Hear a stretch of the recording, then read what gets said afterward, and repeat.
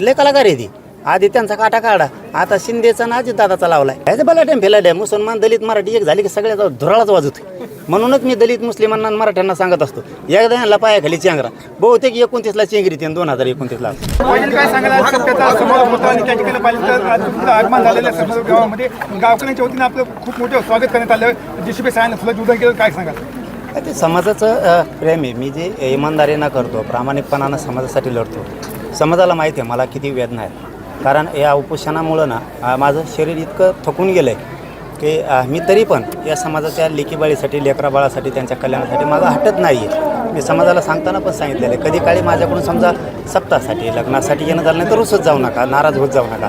कारण मी समाजासाठी लढत राहणार आहे कायमस्वरूपी. मी बसल्या जागेहून तुमच्या लेकराचं कल्याण करेन. ते समाजाला सांगणंही गरजेचं होतं आणि समाज ऐकतो पण माझा.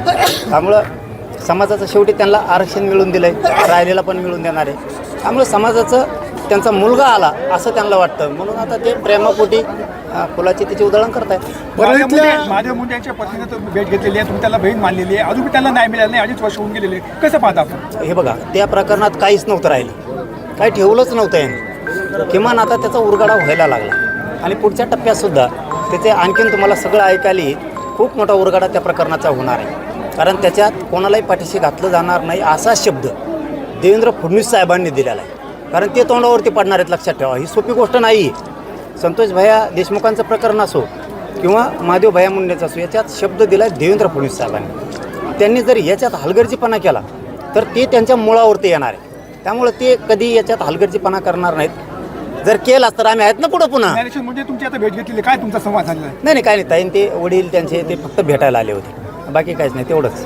परळी तालुक्यामध्ये कुणी प्रमात्र वाट तेच आता मी बावनकुळे साहेबाला सुद्धा ते बोलतो लगेच आणि उपसमितीला सुद्धा सांगतो. मला वाटतं 19 तारखेला बैठक आहे. यावेळेस कॅबिनेट बऱ्याच झाल्या नाही, त्याच्यामुळं ते बहुतेक 19पासूनच सुरू करायला.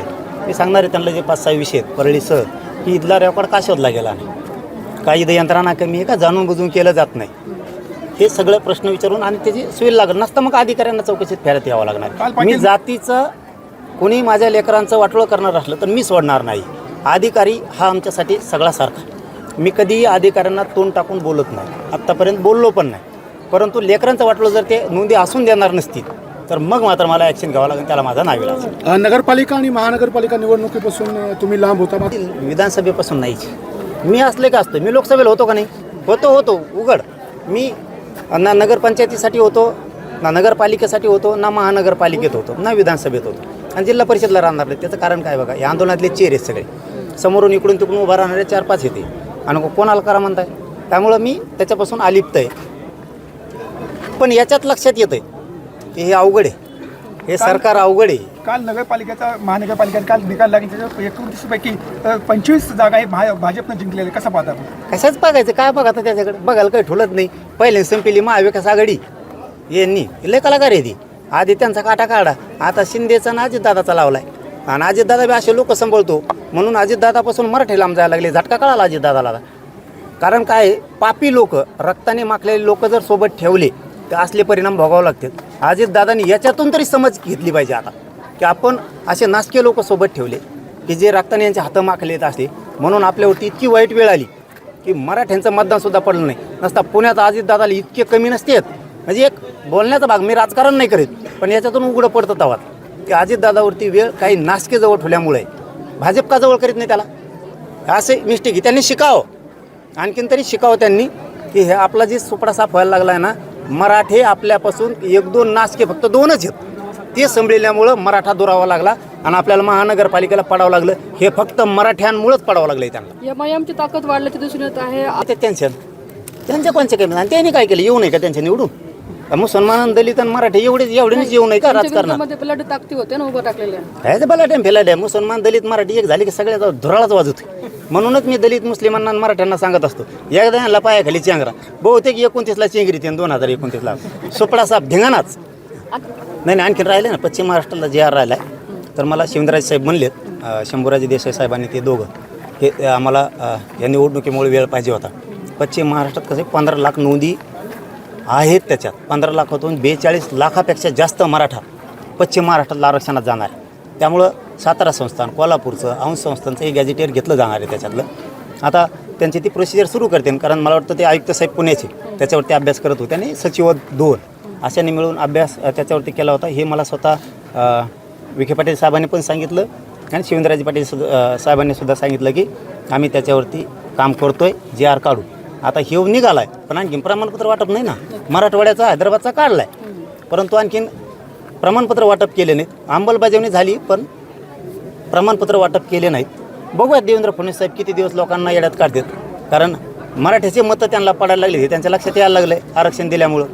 पण आता नुसतं GRवर काढून तुम्ही जर मराठ्यांची फसवणूक केली तर हेच मराठी पाडूसुद्धा शकते. हवात जाऊ नका, ते जाते महानगरपालिका आल्या आणि कुठं हवात जाता कोणाच्याने फुटाने का लागते मग रेवडे एकाच काम जात्रात जाऊन एसटी आरक्षणाच्या आढळून आल्याचा प्रकार कुठं जालन्यातून निघालो कधी आज अडवलं. हां, बोराडे यांना आज प्रशासनाने बाहेर येणार काय संबंध त्यांना अडवायचं?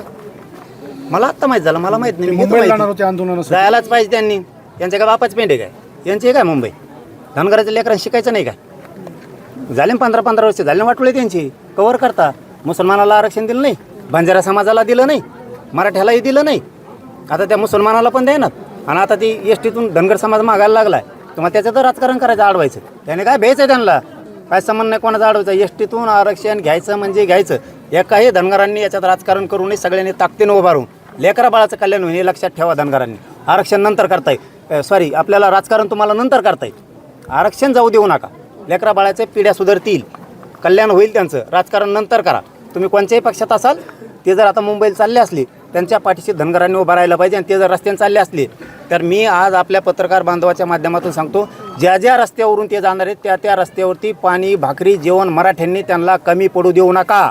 सगळे तुटून पडा, सगळ्यांनी त्यांना जीव खाऊ घाला, त्यांना पाणी द्या. रस्त्यात कुठं अडचण येणार नाहीत. ज्या रस्त्यावरून जातील त्या रस्त्यावरती मराठ्यांनी काम करावं. आता आपण साठी दौरा टाकला होता. शौर्य पाटलाची आत्महत्या झाली होती आणि तिथलं सरकार, आता ते कसं आहे मला तिथं गेल्यावर कळालं, मलाही माहीत नव्हतं तिथं वेगळं सरकार आहे. कारण तिथलं ते जरी सरकार राज्याचं असलं, मुख्यमंत्री असलं, त्यांच्या काही हातात नाही. तिथं ते अर्ध केंद्रशासित आहे. तिथं गेल्यावर कळलं. त्याच्यामुळं त्याच्यात इंटरफेअर स्वतः केंद्रीय गृहमंत्री अमित शहा साहेबालाच करणं गरजेचं होतं आणि त्याचा तपास पुढं लागत नव्हता. म्हणून आम्ही त्यांना संध्याकाळी सांगितलं होतं, मी कुणालाही याच्यात सोडणार नाही, तुम्हाला यासाठी नेमावं लागेल. त्यांनी दुपारी मी कुटुंबाच्या घरी जाण्या अगोदर तर अमित शहा साहेबांनी स्वतः घोषणा केली की यासाठी आम्ही नियुक्ती केली. बोलायला जागा नाही राहिलं, काय बोला नाहीत. मग नसतं केलं मग आपल्याजवळ असतेच घोडे. महाराष्ट्रातील सर्व बातम्यांचे विश्वासार्ह व्यासपीठ, सकाळच्या सर्व सोशल मीडिया प्लॅटफॉर्मला लाईक, फॉलो आणि सबस्क्राईब करा. तसंच सर्व नोटिफिकेशनसाठी बेल आयकॉन प्रेस करायला विसरू नका.